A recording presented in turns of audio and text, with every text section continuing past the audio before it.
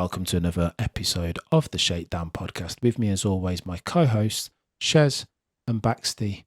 Top of the afternoon, fellas. How are we? Yeah, good, thanks. How are you doing? I'm all right, mate. All right. Top side, top of the morning. Surviving. Sobrevivo, as they say in Spanish.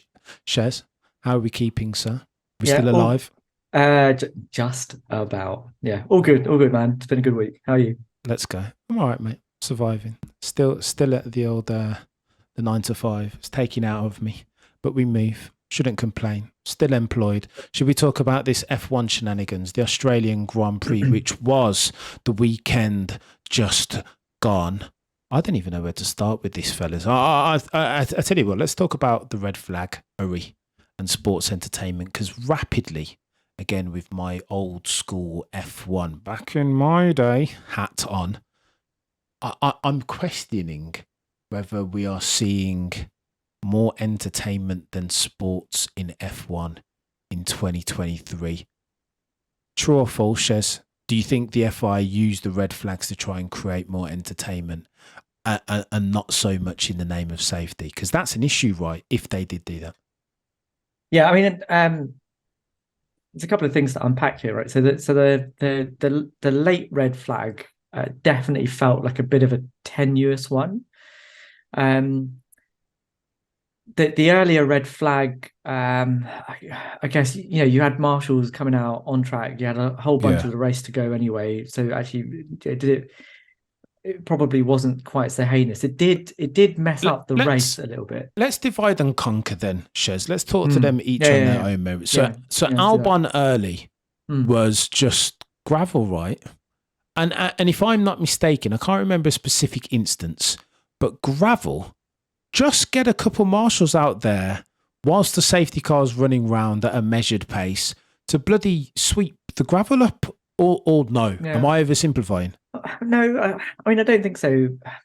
Look, like, we've all been watching F1 for a long time, and I'm sure we're going to come to this, but like, there does seem to be a proliferation of red flags. But in the context of how things have played out for that kind of incident over the last 2 or 3 seasons, I don't think a red flag is necessarily out of the ordinary. I think that's what's been happening. Whether that's appropriate is a different question, but it is kind of on brand for F1 at the moment. I think the late red flag was definitely, I think somebody somewhere had said that for the last 3 late safety cars or late incidents that we've had have had 3 different outcomes. Abu Dhabi was one. Monza last year was another one. And then Australia this year has been completely different. There's zero consistency about how those red flags are actually handled. But just in terms of the history of how things are going, I don't think it's just me. I don't think it's just a subjective assessment. I think objectively we are getting more red flags for incidents that would normally have been covered by a safety car. And it's a slightly difficult one because, like, I remember quite recently watching the Brazilian Grand Prix from 1999, which was a fun race, sort of, but cars were stopping on the pit straight, and throughout the rest of the race, they were just sat there, right?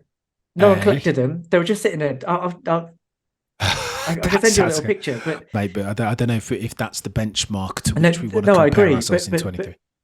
But you've gone from that to having a proliferation of safety car periods to now having not just safety car periods, but you're getting red flags, and the implications of that in terms of what happens in a red flag situation are important, because a safety car is one thing. Even that can mess up a race or change the face of a race. But a red flag takes that to another level, and if you're doing that all the time, it's that has serious implications on how a race plays out. Baxty, talk to me very quickly on this, mate, because Shez has hit on a couple of gems there, I think. How did you react? How did you ingest the multiple red flags? Did you cry entertainment, or did you think they did it for sports and safety reasons? So the first one, I think the fact that they put the safety car out first and then did the red flag, I think what happened was that clearly the stewards have got out there and gone, we need time, and just give us that time. The second one, initially, I thought, oh no, that's been done purely for sports entertainment. But then when you hear stories after the race of a fan getting hit by some of the debris from Magnussen's car, you think, oh, maybe there was a bit more to it than we knew about. So I subsequently changed my viewpoint on that one, to think that actually I think that red flag was probably just warranted. I think it was probably on the line between, we can probably just stay behind the safety car, or we can throw the red flag. I mean, we cannot compromise on safety. Absolutely cannot compromise on safety, and I think this is something that sometimes hasn't always been done right. We think back last year to Japan with the tractor on track when Gasly's going past. Oh no! It's not. Could have been a potential horror show there. Rest in peace, Jules. Indeed. But I think the FIA are damned if they do and damned if they don't. If they don't throw a red flag there, and then say somebody like Verstappen gets a puncture and that ends up costing him the race, then all of a sudden everyone's going to be hammering them saying, why didn't you throw the red flag? But they did throw the red flag with 2 laps to go, and everybody goes, well, they've just done that for sports entertainment. I think they're in a, loath as I am to defend the FIA, I think on this occasion they got it right. Let's go, Baxty. I don't hate it, Baxty, but I think there's a couple of points that you both have touched upon that I want to dig a little deeper on. So first, Shez, you spoke about, I think there's something to be said for, I think there's a couple of things that we didn't pick up on in the race that no one really picked up on. I was watching Henry Surtees' fatal incident, July of 2009 at Brands Hatch. And I had to watch it back 5 or 6 times because I was like, that's a very innocuous incident. I don't even see, you should have just walked away from that incident. But of course, it's the bloody tyre that's hit him with some serious force, times 10 by the fact that he's travelling at whatever speed.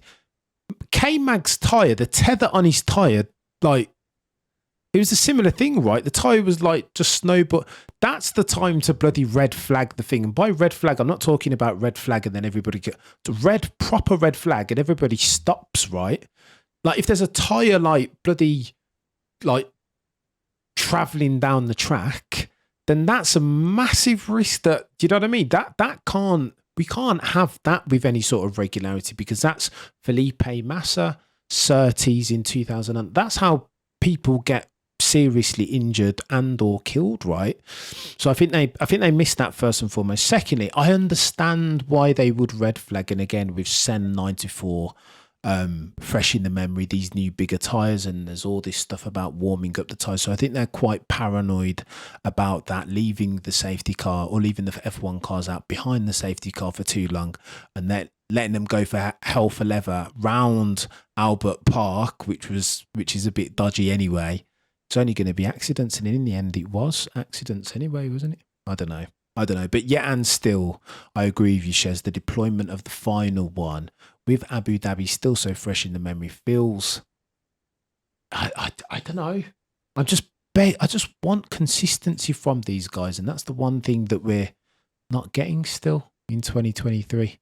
Shambola, hey, thank God Max is running away with it anyway, right? And these decisions aren't of any consequence. Go on then, let's talk about some of the incidents. Carlos Sainz, chaps, guilty or innocent? Baxty?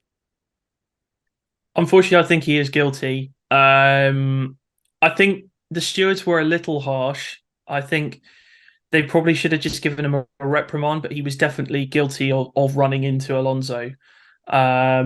I think when I say if they hadn't reordered it, then I could fully understand the penalty. He would have lost the podium in that regard, but yeah, he has taken Alonso out and therefore cost him points.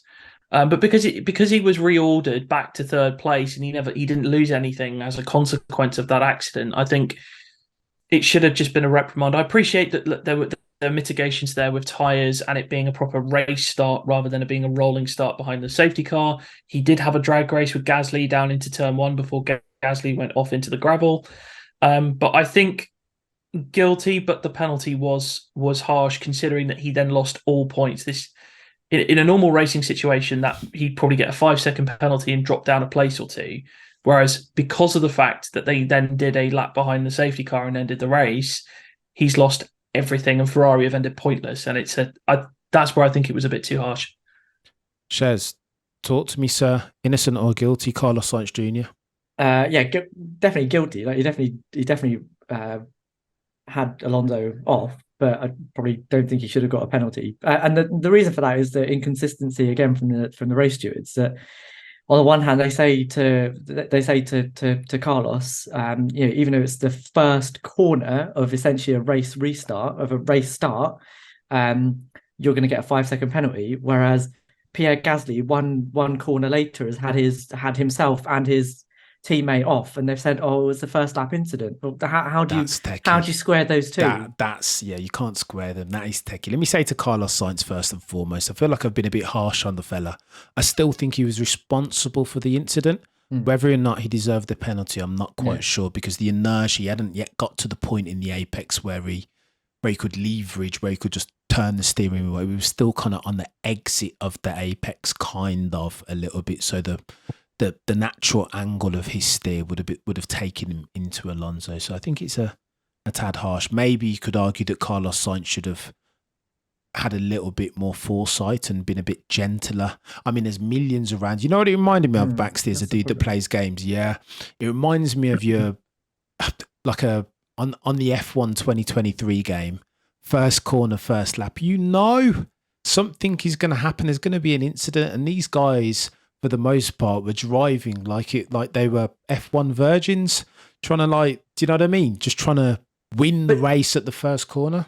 But there were a lot of complaints, weren't there, from the drivers about the tyres? All of them were basically saying I think George had said something, and Alex Albon had said something later as well, and I think Lando had also said something to the effect that even the soft tyres, which should be the grippiest tyres, feel like I'm driving on ice. And if you're then doing a race restart and everyone bowling into the first corner, but it's like a lap from the end and everyone wants to get the best position they can, that's a potent combination for having everybody end up in the wall. And you saw what happened at the front of the grid, and you saw what happened at the back of the grid at that race restart. There were 3 separate incidents. It was nuts. Yeah, crazy. And then talk to me about this do-over, lads, because I'm still at a loss. I don't understand the rules and how they can dictate that, listen, Alonso and Carlos Sainz had an incident, and so we're just gonna walk it back. Let's reset, but not for everyone, not for Carlos Sainz. We're just gonna walk it back, lads. What are we doing here? Because I just don't understand this. And if this is a rule, again, with Abu Dhabi 21 at the forefront of my mind, shoot, Max could have just caused an incident, eh? If he's winning in the championship, surely this rule can be abused. Don't know, brake harder, cause an incident, reset back to the last lap. Or Lewis could have done it even, couldn't he? I don't know. No. I don't know if I didn't really have a major problem with the way that they ended that. I thought that the reset was fine, because it was there was part of the rules that, well, it wasn't a rule, it was a precedent, right? That at Silverstone last year, they went, because the accident didn't happen beyond the first sector, they just reset everything. So that's precedent, fine, I'm happy with that. And the innovation here was that the drivers that had a car that wouldn't allow them to complete the formation lap couldn't take part, so they were excluded from that reset. I think that kind of makes sense. I don't know, Shez. It feels like revisionist history.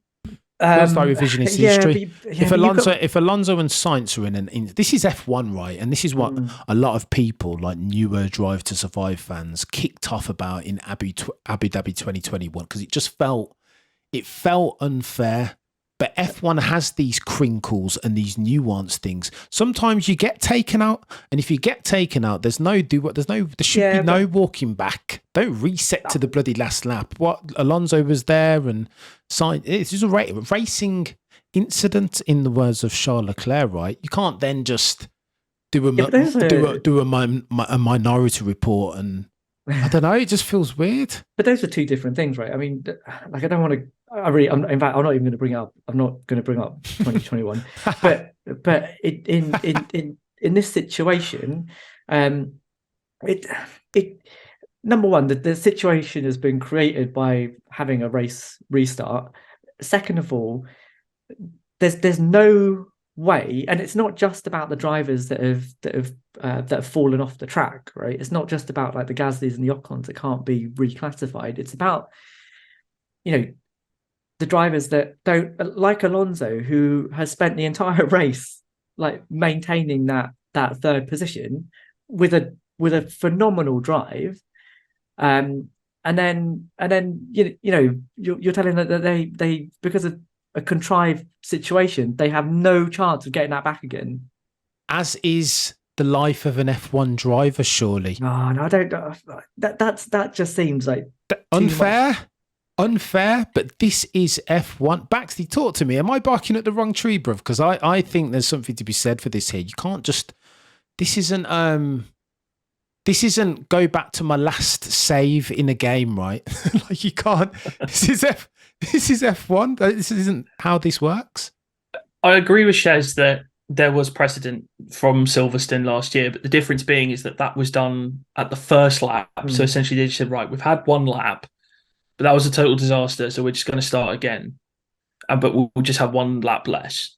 Whereas this was lap 57 of a 58 lap Grand Prix. I personally didn't have an issue with the way that they did it. I think they needed to do something. And if you look at the analysis that they did from the Haas protest, they basically admitted that they didn't really know what to do. They didn't have a manual on how to do this. So they took the Silverstone precedent and said, right, we're just going to reset to what the grid was at that restart from the start of lap 57. And then, but Haas's, we could take it from safety car 2 line.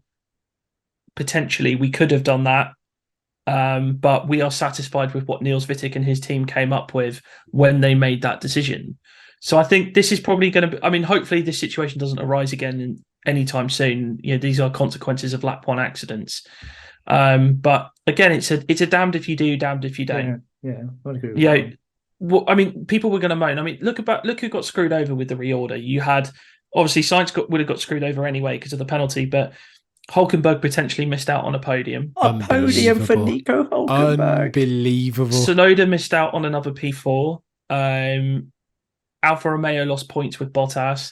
McLaren lost out on points. Mercedes actually got screwed over because, Lewis didn't lose anything, but Aston Martin were out the points. All of a sudden, Aston Martin get a 3-4. So they're one of the big winners of that reorder. So there's things going on all the time. I mean, the biggest losers, of course, were Alpine because they took each other out. But I think they had to make a decision. They made it. And I think ultimately they made the right call. I don't see what else they could have done other than just go, we'll just leave it as is and off you go. And Nico's on the podium, which would have been lovely. But I think... So why not reinstate Ocon, right? Because he wasn't... Oh, sorry, I'm mixing them up. Didn't have a car to get around there, did he? Oh, yeah. It just feels a lot like go back to last save game. And it's just... nonsense. I don't know. It's like the flashback system on F1. Yes, mate. Yeah. You can only use it once. What are we doing? This is nonsense. What I will say is obviously with Silverstone is Russell and Zhou weren't allowed to come back in. They were deleted from that race as well because they crashed out. And, in Zhou's case, there ain't no way he was going to start racing again with his car in bits all over turn 1 and everything else. So I think, ultimately, whatever happened, nobody was going to be happy. It's classic situation. Meddlers, these FIA buds are. I'm telling you, meddlers. Go on, and let's talk about Mercedes very quickly. The compulsory Mercedes segment. What are we saying about their race pace, lads? Is this another Mercedes are back? Let's go. Back, Shez, or did circumstances flatter to deceive ever so slightly, mate? Yeah, it feels a bit Brazil 2022, doesn't it? Except without quite as good an outcome. But I mean, what it sounds like is, as Baxty had said last week, this is a bogey track for Red Bull. It has been for a long time, and I think they still don't have a car that absolutely works here. It still works better than everybody else's, but that's just a function of how good their car is this season. And Mercedes had a package that just worked quite well, and they've now got the car to a point where, you know, it's not, although Lewis was still bouncing into a couple of corners, it's controllable, and they've got it in a setup where they can get the best out of it. So those two, I think it was a merging of the Red Bull not being quite as good as it normally is, and the Merc being a bit better than it normally is, and it just made Mercedes a bit more competitive, made it a much more exciting race. But you still saw. So, I mean, I still cannot believe that Max Verstappen took 1.6 seconds out of Lewis in 2 corners. That's bonkers, isn't it? Unbelievable. That is a bit bonkers. And again, I think that's Max not doing what he should do if he's smart, right? Turn that down a little bit, mate. You just like come off the accelerator pedal just a little bit. Don't bait the situation up too much. Baxty, talk to me about Mercedes pace. Did you get solace from the Australian Grand Prix as a Mercedes fan, or are you not buying the Wolf tickets that they're selling? I think in terms of this current concept of car, I think this was probably as good as we could have expected. I'm not sure I entirely buy George Russell's claim that they had the pace to win the race, considering that Max did take 1.6 seconds out of Lewis in 2 corners. I think with DRS, he would have absolutely breezed past George had he been in that position. But the pace was good. And I think what it's given me the confidence is that they're getting on top of the car, but also they're learning things in the wind tunnel. And hopefully that will then translate to numbers on the track. And when this new concept comes around, I think Imola time, they're talking about starting in Baku, but really bringing it in Imola. I think hopefully we can see Mercedes really start to fight Aston Martin. I think they were a victim of circumstance on this occasion. I think the cooler temperatures in qualifying and the track surface as well really helped them. I think they were better suited to this track than the previous 2. Absolutely, Baxty. And whilst we're on the topic of Mercedes, can we talk to latte boy George Russell? Because I am, if I wasn't scared before as a Lewis Hamilton fan, I've heard nobody. I've listened to so many different podcasts, but I've heard nobody talking about this.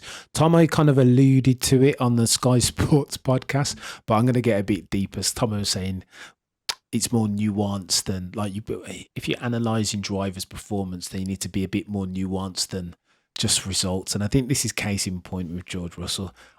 Lance, I think that was a championship drive from him, you know, even though he was out early, and that's the headline, right? Nobody kept George, DNF, done.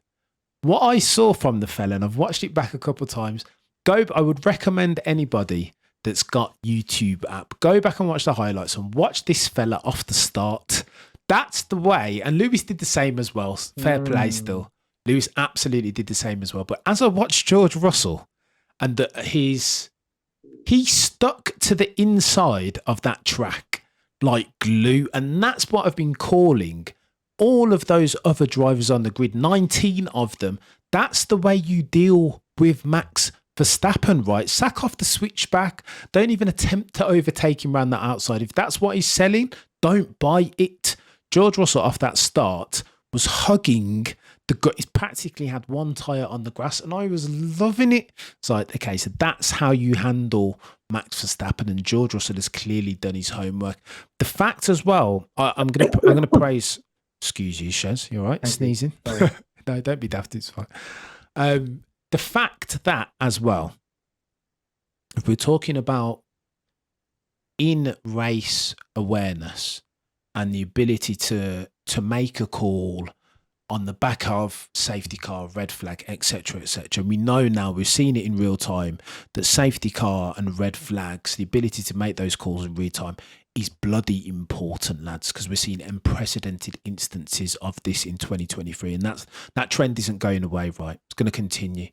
So he, who can make a call to come in and get a cheeky free pit stop under safety car circumstances, without compunction, without hesitating and second guessing and going back and forth with the team.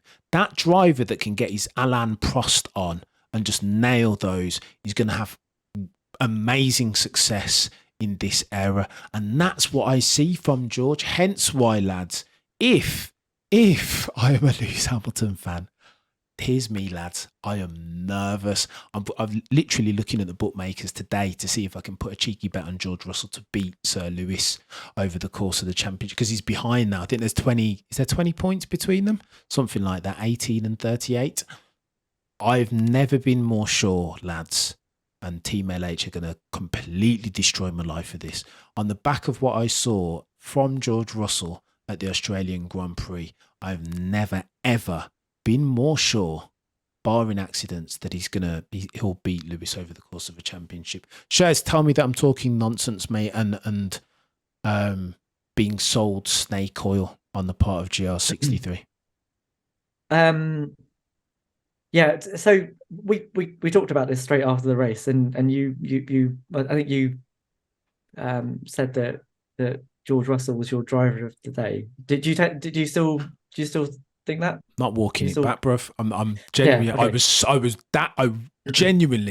I was that impressed by turn one, and I was that impressed. He's qualifying as well, lads. Are we going to talk about this? Yeah, 2 tenths as near as makes no difference. So I know it was like 1.5 tenths, but then Lewis got a cheeky toe. So in the round, 2 tenths, like even if it was just a tenth, who out qualifies Lewis Hamilton by a tenth? And we like to talk about that like that's. Oh, it's 5 miles. A tenth is a lot, fellas, in F1. A tenth is a lot, and that's the third time this year that is out qualified. We can no longer talk about, well, last year, the rationale behind that, well, Lewis has got these extra bits on the car and he's carrying extra weight and this, that, the other. We can't leverage that this year. George just looks in fine fettle, lads. I'm concerned. Sorry, Shez, go ahead. Yeah, no, sorry. So I had to say, when you said that, I thought you were being a bit generous, because Russell's qualifying was unbelievable. I mean, that lap was unreal. To get within that distance of, or that time of Max Verstappen's was incredible. That I'm taking nothing away from that, but that set up his entire race, because from then on, I think him and Lewis were very, very well matched, and the reason that that there's still a question mark about George is because of his DNF, and it's got nothing to do with him. He couldn't help that DNF. That's not his fault. But what we didn't see was how he would have managed the hard tyres on the long stint with someone coming at him from behind. This is true. Which I think Lewis actually managed really well. Now we know that that's something that Lewis does very well. Absolutely, anyway. Right. And it's something that I still have a bit of a question mark about whether George can do that. Not whether he can do it, but whether he can do it to a level that his teammate can. And that was the only reason why I hesitated to call him driver of the day, because everything he'd done up until that point in the race was the same as what his teammate had done. I mean, if Lewis had started on the front row with the start that he had on the second row, he would have done the same thing to Max, I think. And he showed that by going past him at turn 3 with levels. Right. And he definitely took the inside line there, didn't he? Like, there was no messing about with the outside line. In fact, he even to the point where Max Verstappen had to complain that Lewis Hamilton was pushing him off the road. How often does that happen? About bloody time.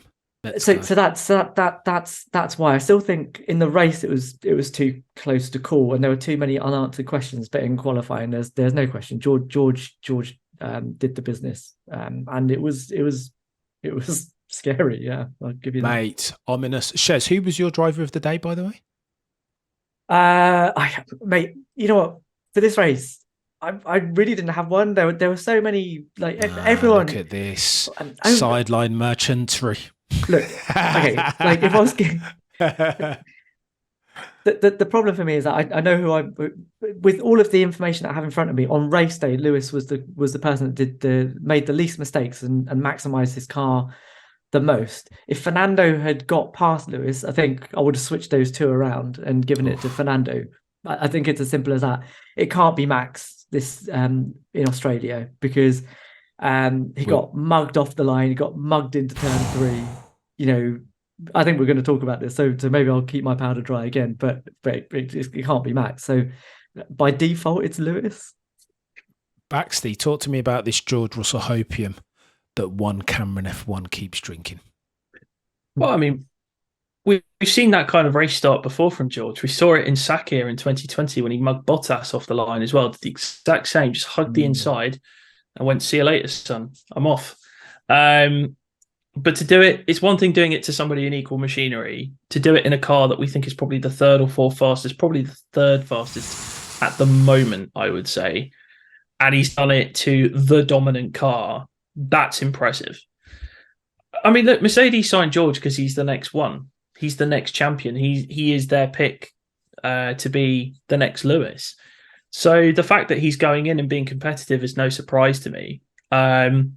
What I would say is I think just to give some hope to my fellow Lewis Hamilton fans is that he's not comfortable in that car yet, whereas George, I think, is slightly more comfortable in it. Lewis still fighting it, and yet he was still able to produce an unbelievable drive. I mean, I agree with Shez. Lewis was my driver of the day. I mean, I think if Gasly and Sainz hadn't have screwed up on lap 57, it may have been one of those two. But I think once all was said and done, Lewis was unbelievable, particularly the way he just managed that gap to Alonso. And the fact that he could do that in a car that he's not comfortable in shows that Lewis has a lot more performance to come. I think George is maximising his performance. I still don't think Lewis is. After qualifying, there was this crap discourse that, George is out qualifying Lewis. Lewis is finished, blah, blah, blah. It's like, well, first of all, let's celebrate the fact that George put in an unbelievable lap. And we've seen it happen to Lewis on occasion where his teammate just puts in a lap that beats his. Bottas did it to him all the time. Rosberg did it to him all the time. In Australia, no less. Oh, exactly. Exactly. Yeah. So, you know what? Fair play. Rather than going, Lewis is washed and blah, blah. It's like, no, George put in a great lap and Lewis will out-qualify George this season. I've got no doubt about it. It's just a matter, right now he's not comfortable with the car. Oh, let's go. The only reason why I don't want to give Lewis the driver of the day, lads, and this is something that we've touched on ad infinitum on this podcast, race restarts.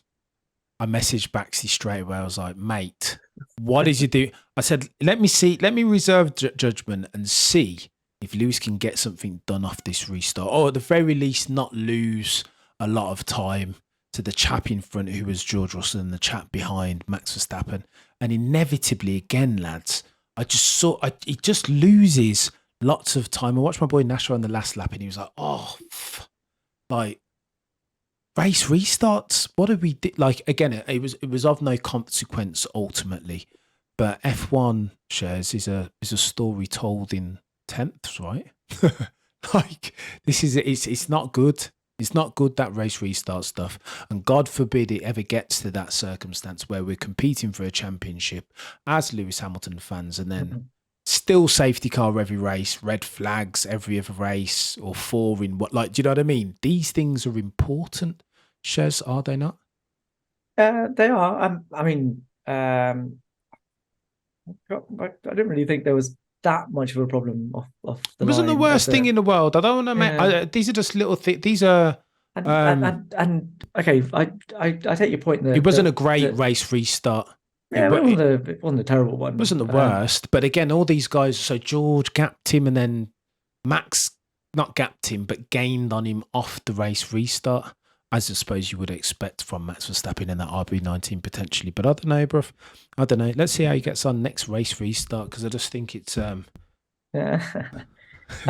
dependable at this stage. I mean, just going back to what Baxley said about being comfortable in the car. I think there's a lot of different scenarios where you need to be comfortable in the car. And even the race fair play. Well, fair play. I mean, you saw how he got off the line in 21 in Abu Dhabi, right? That was an unbelievable race start. It's not that he can't do it, and that. Shez, I shall not. I decline to comment on that. Okay, nobody can deny that was that not the race restart, man. The original start. Oh, fair. Okay, cool. Fine. Right? Yeah. Like off the line, he was. Oh, but Lewis can get a start. We know that, right? Off the line initially. That's which race restart are you talking about then? Mate, it's the safety car restarts, isn't it? Yes, mate. Yeah. The safety car race restarts he tends to fluff his lines, does Lewis? Yeah. You tell me, going back a couple now, you tell me the last one where you've seen Lewis absolutely nail a safety restart like George did on Perez last year, as an example. Yeah, that was him. That was George thinking very quickly again, though, wasn't it? That's another levels. Shez. This is what I'm saying. All the evidence is stacking up to make that George Russell case. Before we kill this one to death, I want to talk about Max Verstappen, because again, in my watching the race and frantically scribing a couple pace notes, I feel like I might have found Max Verstappen's Achilles heel. Chaps. Here's the case, not Achilles heel, I exaggerate it was slightly, but bear with. Slow hairpin-esque left-handers is what I mean. It's turn 13 where he outbraked himself, wasn't it, at Australia? Penultimate turn, the left-hander, bang. He did the same thing in quali at Australia last year, exactly the same turn, if you remember, hence why Charles was able to beat him to pole. Jeddah, Sector 1, Sector 2, God tier. But the place where he outbroke himself, similar thing, right? Like a slow left-hander. What is it with Max Verstappen and slow left-handers? Why can't he nail it? Is that his one Achilles heel? Or am I joining up dots that have no right to be joined up, Baxty? Might be onto something there. I don't know. I hadn't really given that much thought before. What was when he went off in Hungary last year? Was that a slow left-hander as well? The exit wasn't it? Yeah, actually was. Yeah. Patterns Breaking of news: behaviour. Cameron has discovered the weakness. Patterns of and the joke is, lads, when he was on when he was doing that 24-hour. Remember, he had a marginal crash at that 24-hour. I feel like that was a left-hander as well. Like a slow-ish left-hander. Patterns. Breaking news on the Shakedown podcast. Go on, Shez. Are we saying that Max Verstappen is actually Derek Zoolander? He's not an ambi-turner. He can only turn right. No, it's a very specific set of circumstances, right? It's a slow turn. It's like one out of every 1,000 corners. It's a very slow left-hand turn. But even, I was watching back again in my F1 geekery. I was watching back one of the greatest qualifying laps up until the point that he crashed that I've ever seen, Jeddah 2021. I was watching Sector 1 and Sector 2. And the way that he crashed in Sector 3 was it was a very noddy crash, right? To just go and outbrake yourself after doing those, after threading the needle, that was weapons grade racecraft. After being so excellent, and then to crash so, I don't know, ignominiously. It was just what? I don't know, bonkers. Anyway, I found the Max Verstappen weakness there, chaps. Final topic. What are you guys looking forward to? In fact, I'm going to give you guys the floor in a second because I know you'll have other things that you guys want to raise. But what are you looking forward to for the rest of the season? What are the key pot lines, Shez, that you're that make you excited for the next race? Well, the main one for me is how far Aston and Fernando can take this, how long they can keep this run going for.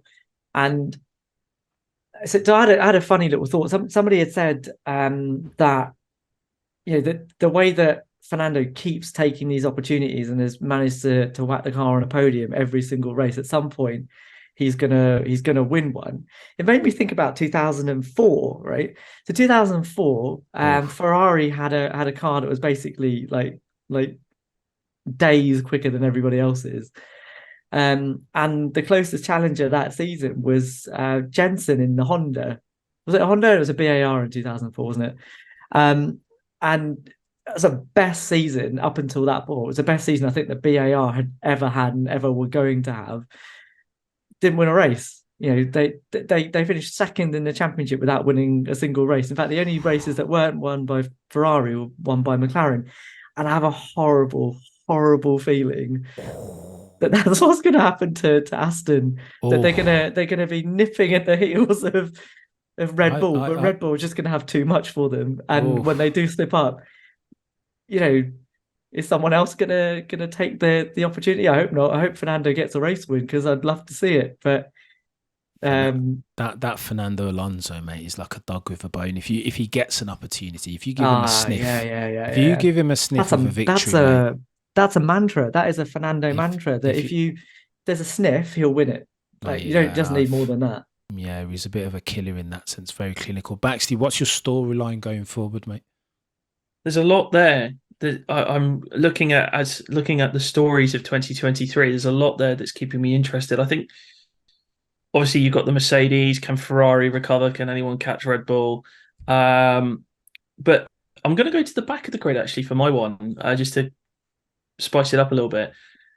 Let's go. Yuki Tsunoda versus Nick De Vries. I think that's a really interesting battle because I think we all thought Nick is going to kick Yuki's ass. He's going to destroy him. Not Shez. Apart from Shez. Just go back to our predictions, yeah. Yeah, in fairness, you weren't totally sold, and I think a lot of people have thought that perhaps this is Yuki's last season, and he's really got to prove himself. And so far, he's had Nick De Vries under manners, majorly so.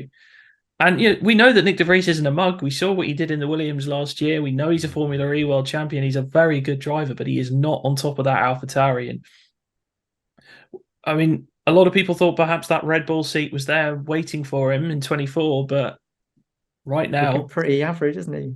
He is not looking good. Yuki's out-qualified him. He's out-raced him. I mean, if there's going to be an AlphaTauri near the points, I know Yuki got a point in the last race, but if anyone's near the points, it's Yuki. It's not Nick. Nick is way, way down. And I think I don't want Nick De Vries to be a one-season wonder, but I actually think he's headed that way because there are a lot of Red Bull juniors knocking on the door. With the likes of Hauger, with the likes of Awasa.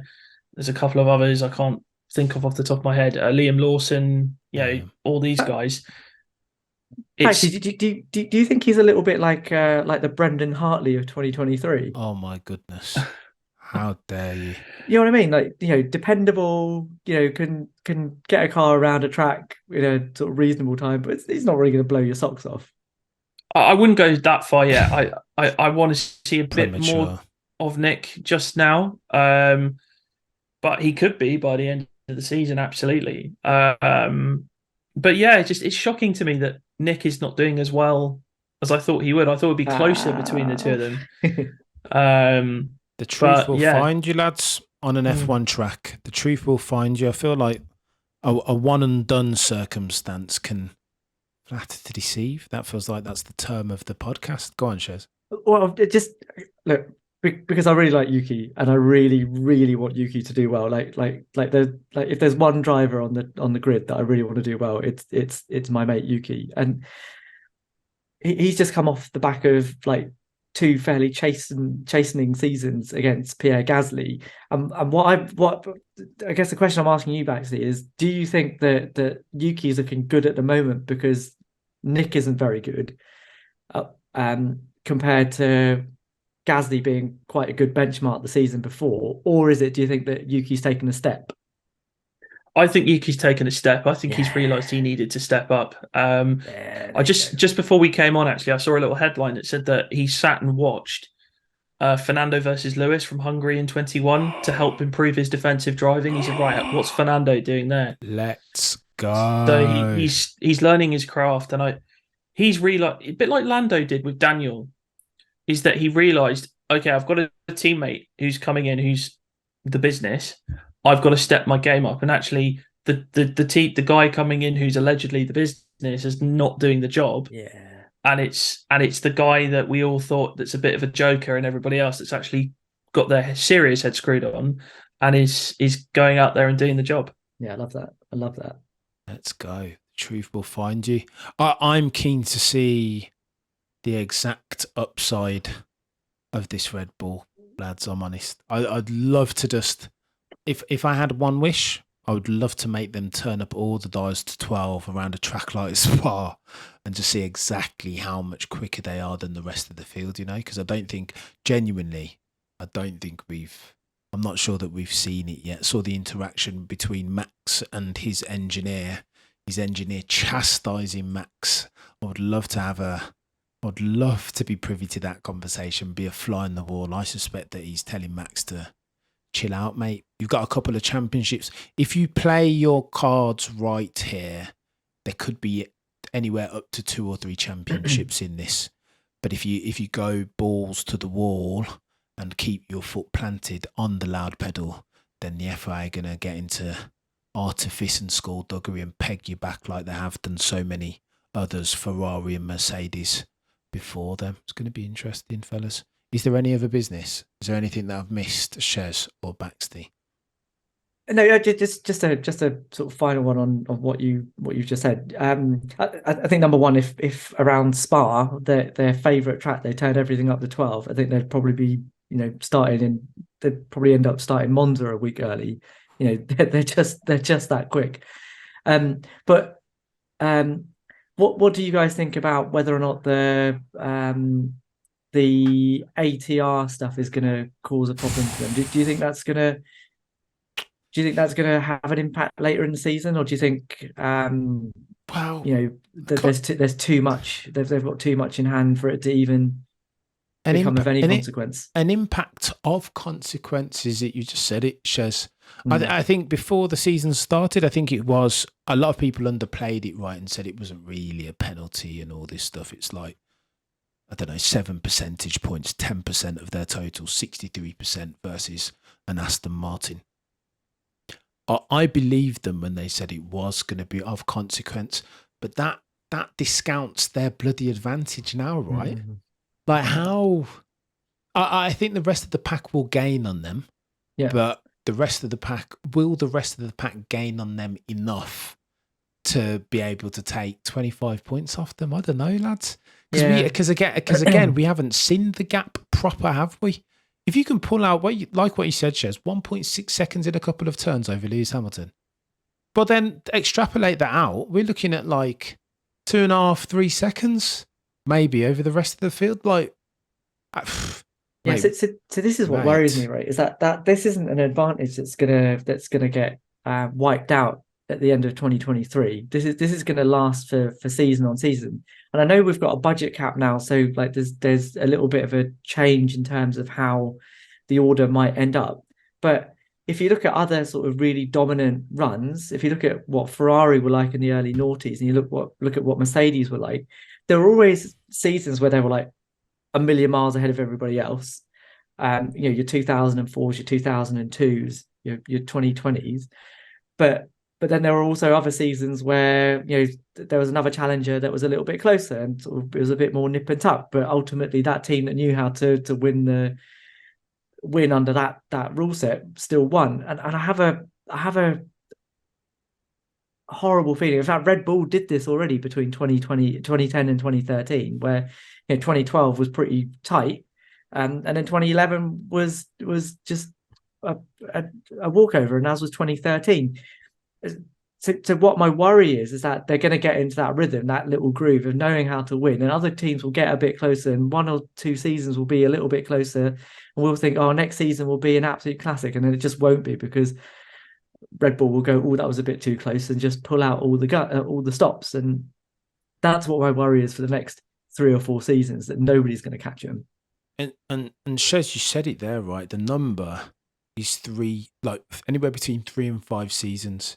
If you look at the Ferrari era of dominance, 2000 to 2004, Red Bull 2010, 2013.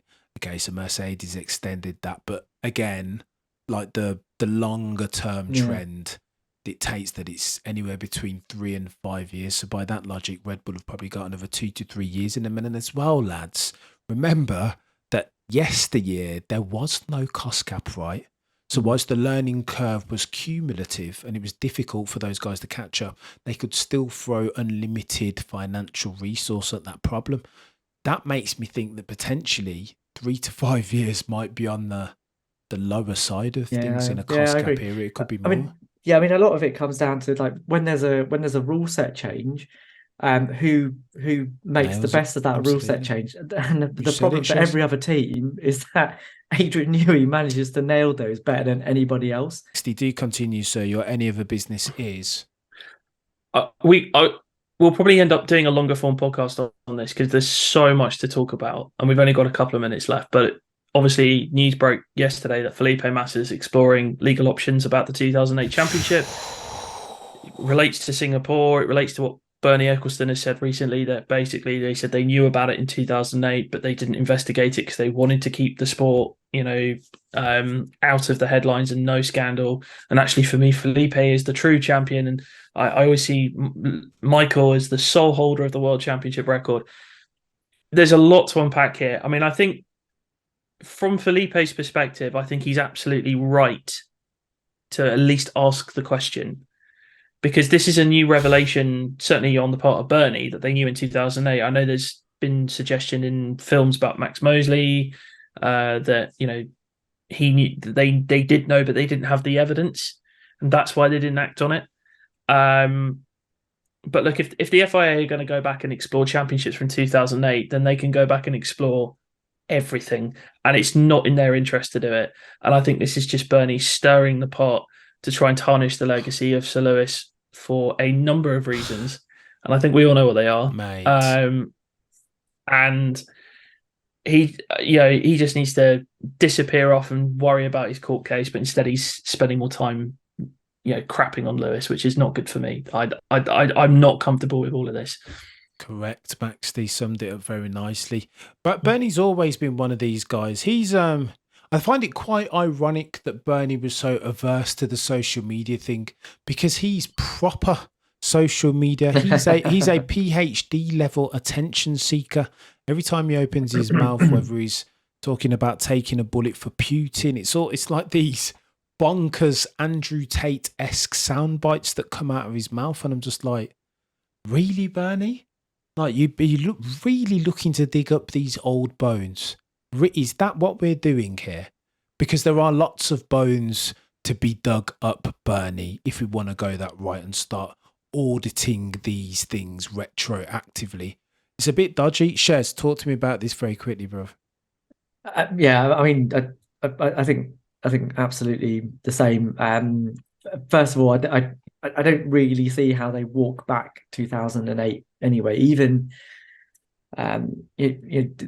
short of annulling the race that we're talking about, which I can't see justifiably happening really, because you're then taking points off everybody else in that race. I think it's a bit of a non-story. I think Felipe is absolutely justified in at least finding out what his options are, but ultimately this will come down to the same kind of thing that's happened at the end of 2021, where they'll just say, well, we did a review and we had nothing to find, so that's thrown. But Bernie, since he's been chucked out of his chairman emeritus position, like you said, has become much more vocal, and it seems to me to be one, a bit of a war against Lewis, but second, a bit of a middle finger to FOM as well for chucking him out. Just try and create as much embarrassing nonsense as he can,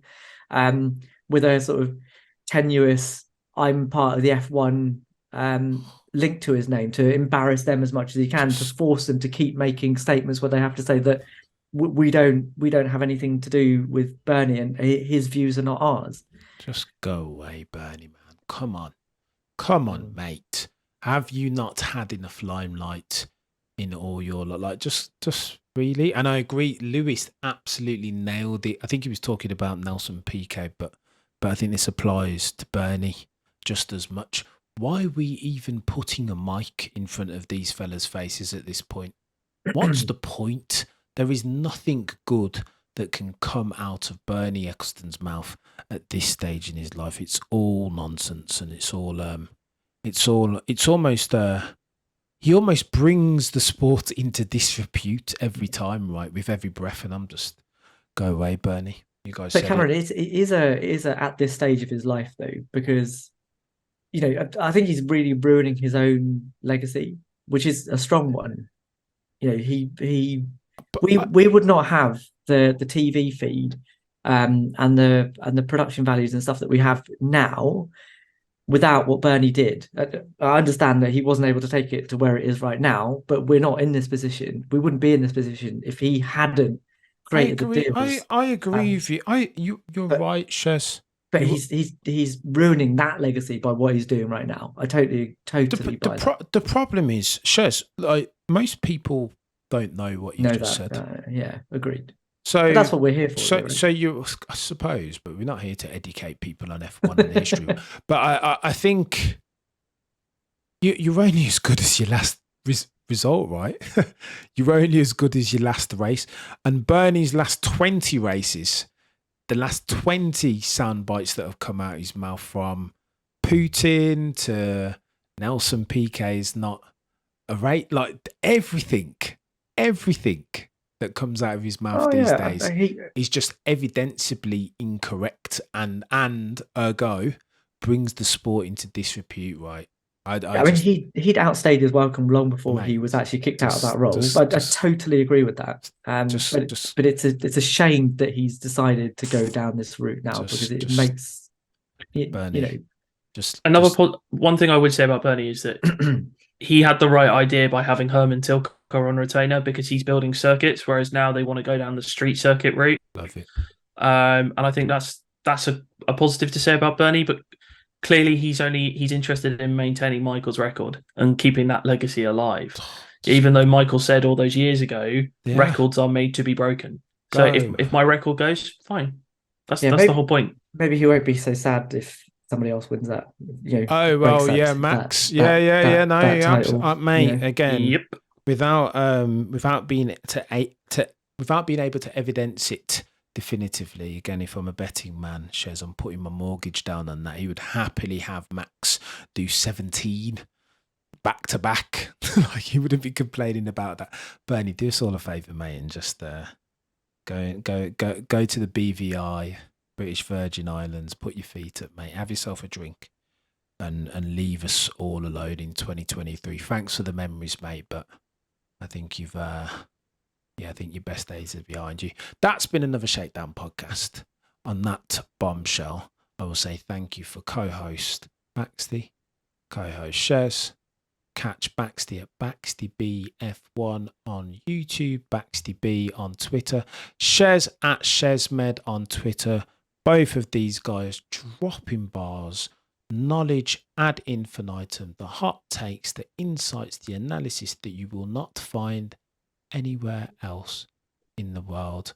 I've been Cameron F1. Do me a favor, drop me a review if you are listening on a podcasting platform, if you are listening and watching on YouTube. Like, comment, subscribe, all that good stuff. As always, we will see you on the next episode, same time, same place next week. Between now and then, do yourselves a favor, look but never stare.